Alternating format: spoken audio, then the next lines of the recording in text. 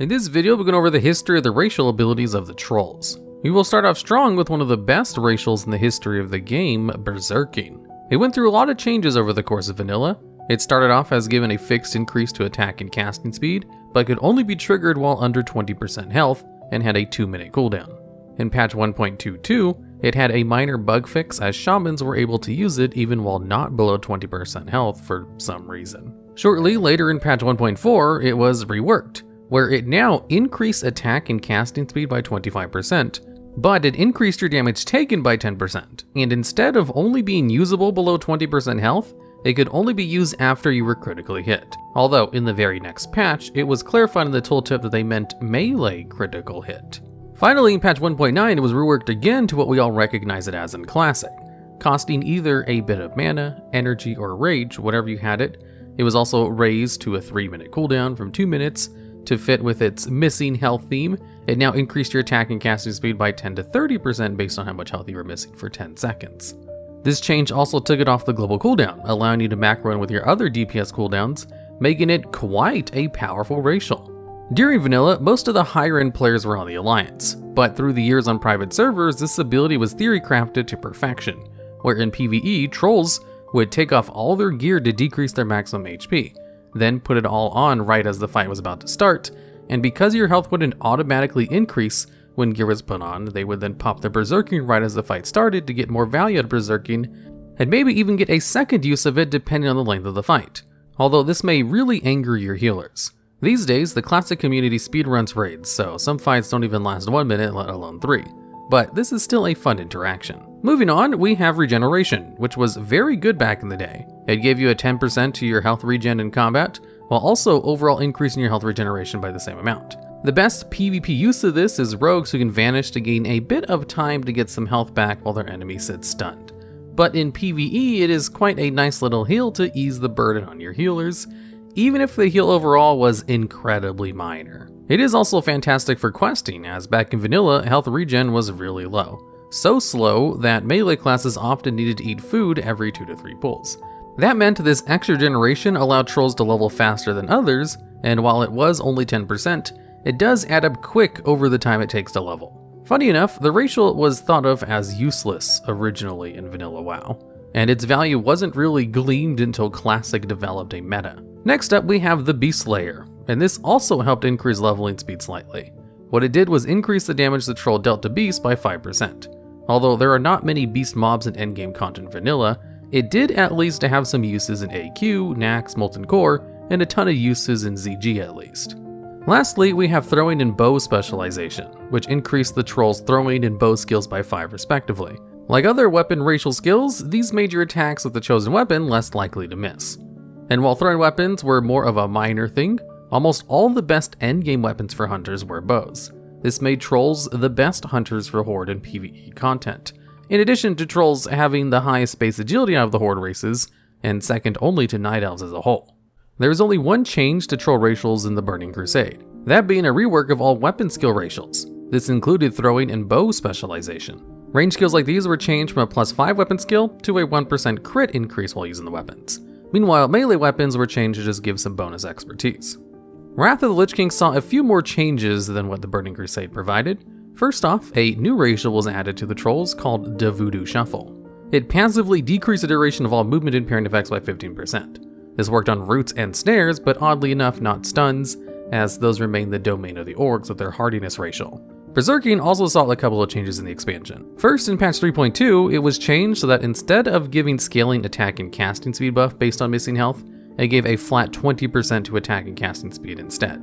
Although yet again, the tooltip for it was incorrect, so in the next patch they fixed it to show its proper effect once again. The Cataclysm saw no changes to the troll racials, so let's move on to the following expansion, Mists of Pandaria, which had 2. First off, we had the removal of throwing weapon specialization, obviously as Pandaria was the expansion when thrown weapons were removed entirely from the game. Bow specialization was also replaced, but at least it still existed in some sense, being renamed to Deadeye, a version which now gave trolls expertise with guns, bows, and crossbows by 1%. Now onto Warlords of Draenor, there were actually quite a number of changes to racials. First off, Deadeye was removed as a weapon skill, as hit and expertise were removed from the game, and with these changes, Blizzard no longer wanted to lock certain specific races into specific weapon types. Beast Slaying was changed so that instead of increasing damage to beasts by 5%, it now increased experience gained from killing beasts by 20%, which may be a slight blow to their damage output, but it now at least directly increases their leveling speed, and made leveling in beast-heavy areas faster.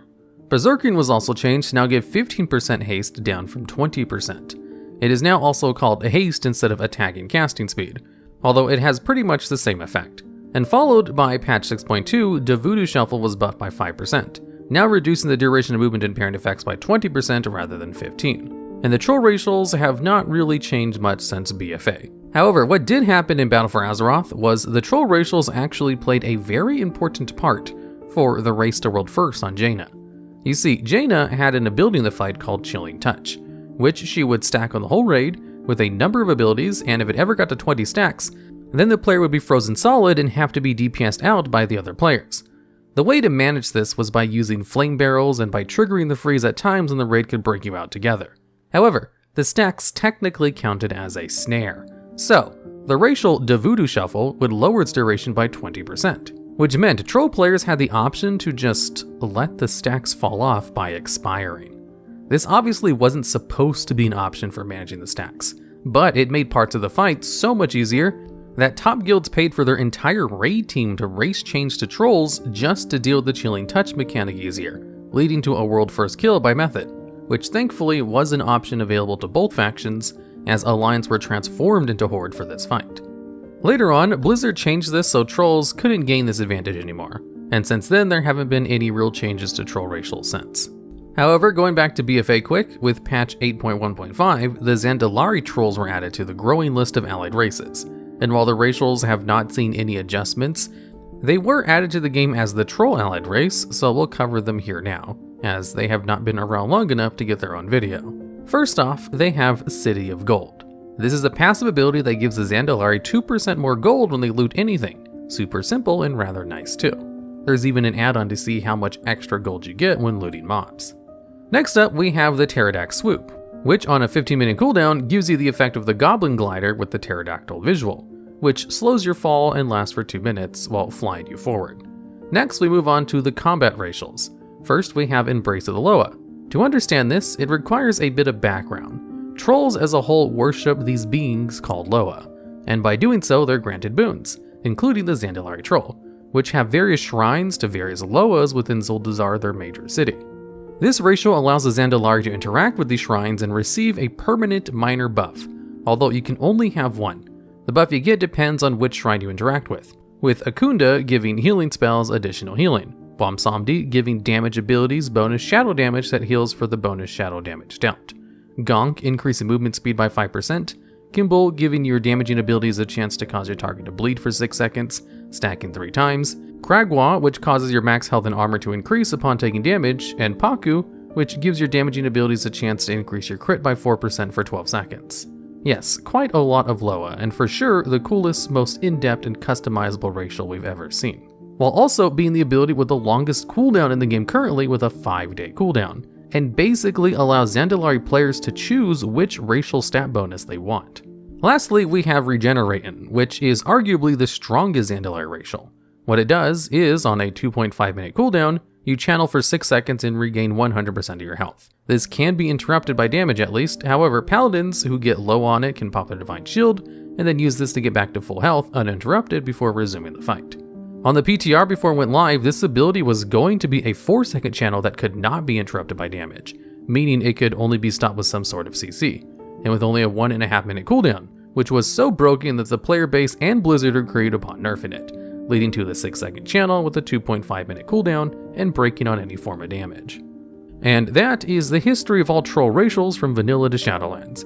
If you have any ideas for future videos just like this one, let me know down in the comments.